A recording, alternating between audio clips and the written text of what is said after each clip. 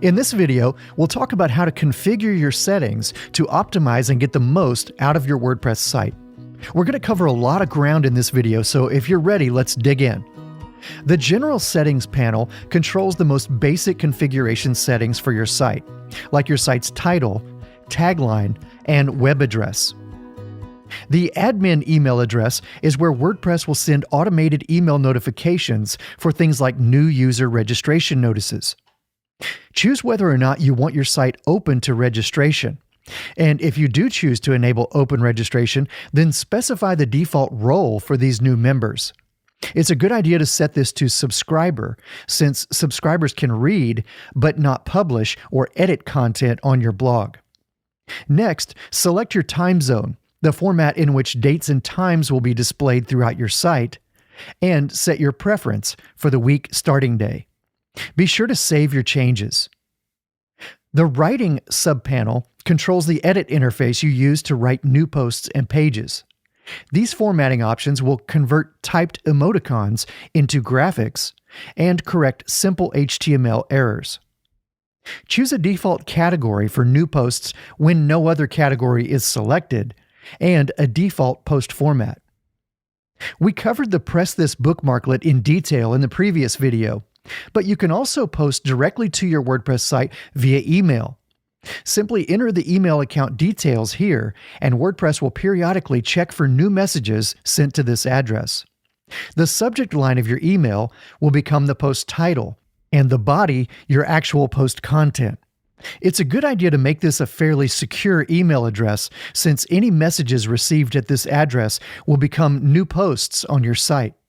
WordPress even generates a few random strings you can use for more secure email addresses if you like. You can also specify a different default category for any posts submitted via email.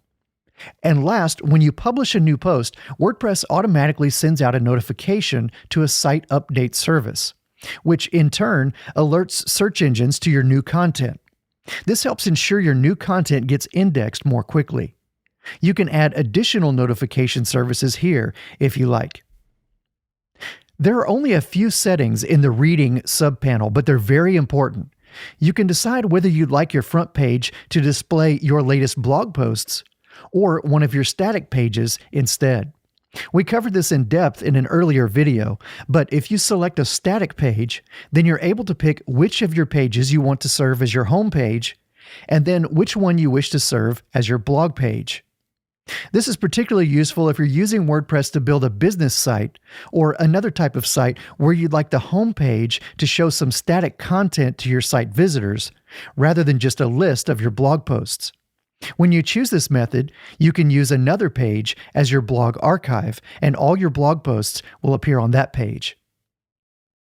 You can also choose how many posts will appear on your blog pages at one time, and how many posts will show in your RSS feed. You can choose to show the complete text of your articles in your RSS feed, or just a summary requiring folks to visit your site to read the rest of the article. And last, choose whether or not you'd like your site to be visible to search engines like Google, Bing, and others. You'll remember that we covered the Discussion subpanel in detail during the earlier video on managing comments. So for now, we'll move on to the Media subpanel, which allows you to set the maximum dimensions in pixels that WordPress will use when creating the various versions of uploaded images, including the thumbnail, medium-sized image, and large image. I typically choose to organize my uploads into month and year-based folders, which makes it easier to find images that I previously uploaded. And finally, let's talk about permalinks.